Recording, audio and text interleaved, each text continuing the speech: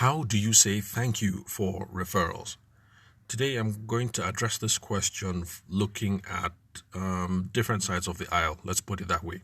Because sometimes you get referrals from past clients, and sometimes you get referrals from vendors within your ecosystem. So I'm going to look at it both ways today about how you should say thank you.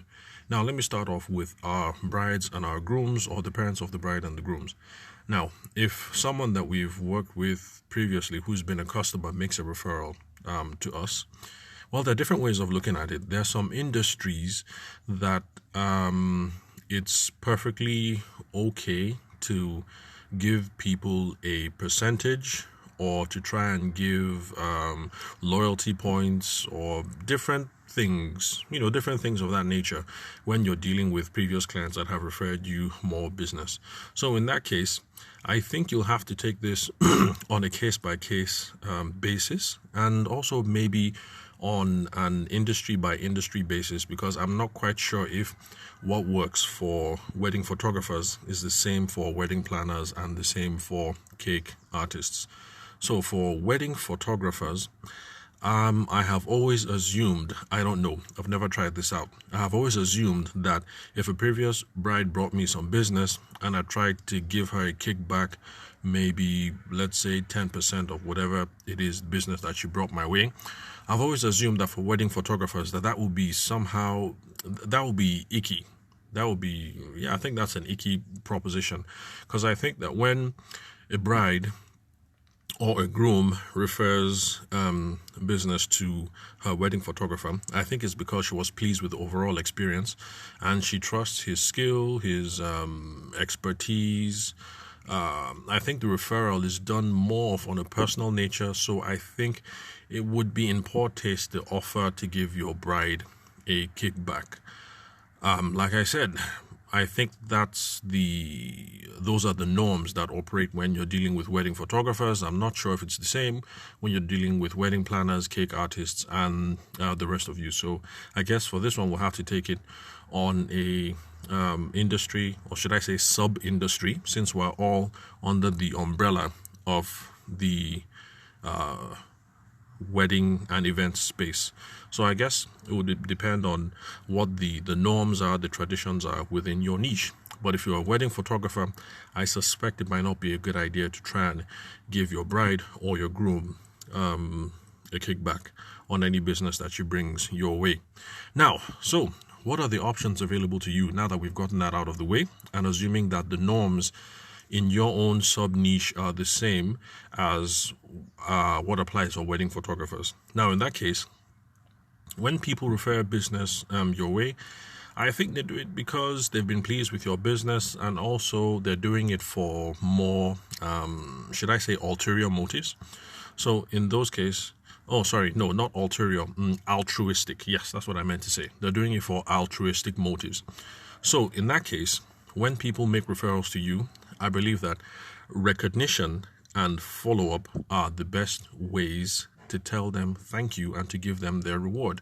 So if they're doing it for altruistic purposes and they're not necessarily expecting a cut, a kickback, a percentage, or whatever, then the best thing you can do is to reach out, phone call, SMS, WhatsApp, whatever, and say, thank you very much, Chidima.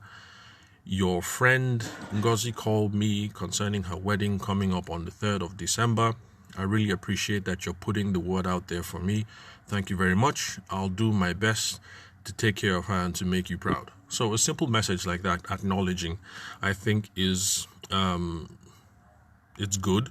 Well, of course, you use whatever verbiage it is that you're used to, but a simple message like that, I think, passes across the message that you're appreciative and that you're acknowledging what indeed they have done for you. So you come up with that sort of message or that sort of approach, whatever it is that catches your fancy. So you make that call, send that message, and then the next thing would be to keep up at every single step of the way. So your follow-up messages, depending on what happened, would now be, thank you very much, Chidima. I called your friend concerning her wedding, but it didn't look like we were a good fit, and so we're not going to go. We're not going ahead with her own wedding. we weren't able to meet on price, whatever it is, but just a basic message like that that's just keeping your friend Chidima in the loop about what happened. And then, of course, again, you slide back into the thank you. I really appreciate that you love my work, you appreciate what I do, and that you're putting the word out there for me. Thank you very much. Now, assuming you guys are taking the next step and you're moving forward, the message would be pretty much in the same vein. Thank you very much, Chidima. I've spoken to your friend. It looks like we're good to go. She's paid the deposit, and we're going to have the pre-wedding shoot on November the 26th. So, just stuff like that, keeping them up to date, basically. So, there's no need for me to come up with all the multiple scenarios that we might run through in the whole process, but I guess you guys get the point.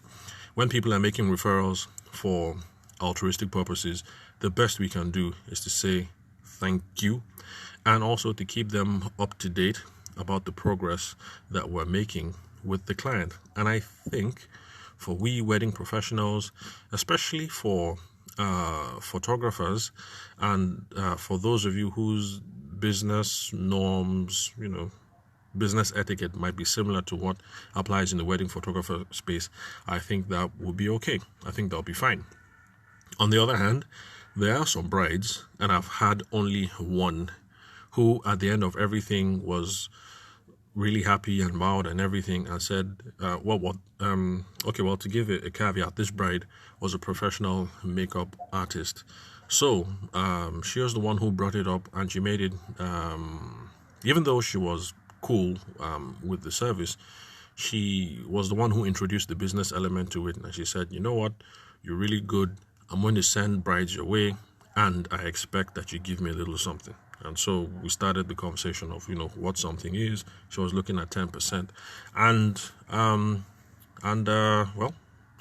that was between us. That was good.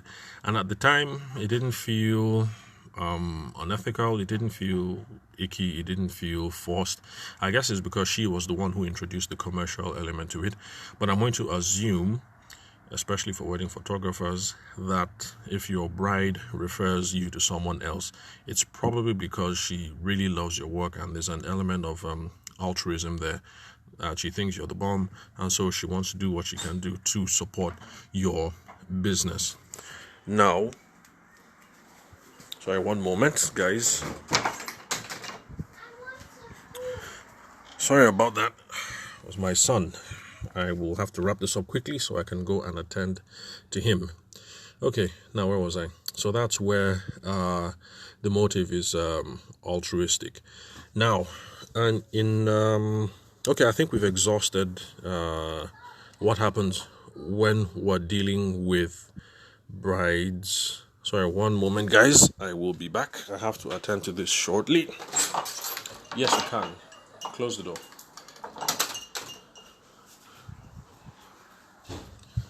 Okay, guys, sorry about that. I know this seems real unprofessional, but I guess these are the things that we have to deal with when we're in these COVID situations, and some of us have to merge work and domestic affairs much more, closely than would rather be. And I hope you guys don't think this is unprofessional. Okay, now, in the usual fashion, since I do all these things off the cuff, I don't want to just cancel and then start the session all over again. So I'm just going to continue from where we left off. Now let me move on to vendors. Now, in situations where vendors refer business to you, I think the thought process is the same. Some vendors are going to come and be real upfront with you and be like, dude, I like your work. Madam, I like the way you plan weddings. Let's do business together. I'll send brides your way, and you give me 30K, you give me 10%, whatever. And I think when people approach you like that as a business proposition, of course, it's left to you whether you're comfortable with those sorts of arrangements or not. And if you are, then by all means, go ahead. But remember to be faithful to your terms of the agreement. And then, of course, all the other courtesies that I explored earlier about how to say thank you and following up, keeping up to date with the whole process, apply.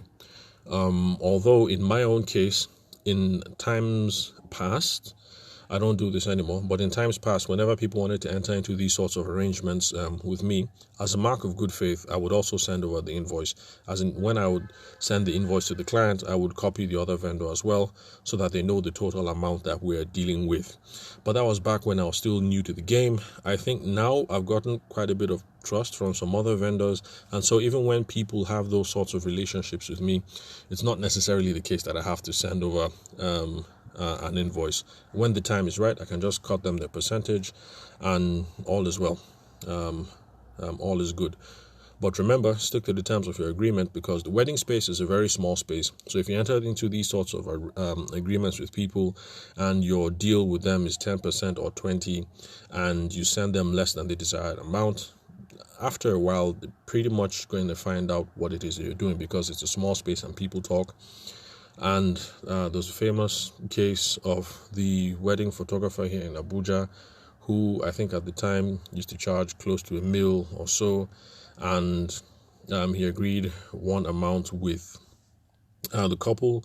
But the couple was speaking to a wedding planner, and the wedding planner said, "Oh, don't worry, I'll get you a fantastic rate. He's my guy." That's because they had an arrangement between both of them. And so the photographer, not knowing that it was a couple that he had already dealt with, finalized terms with, went ahead with the whole thing, accepted a lesser amount, and also pledged a percentage, as was agreed to how they used to work as they were accustomed to working with each other.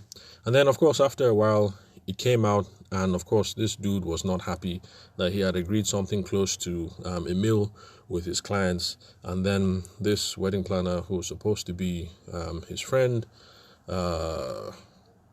basically just got him to accept a lesser rate and then also pay a percentage on that. And well, anyway, it wasn't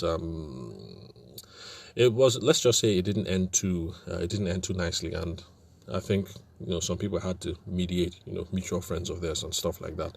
So yeah, these are some of the complications that happen when you get into these sorts of things. So I understand perfectly well when there are lots of vendors who are not open to these sorts of arrangements at all.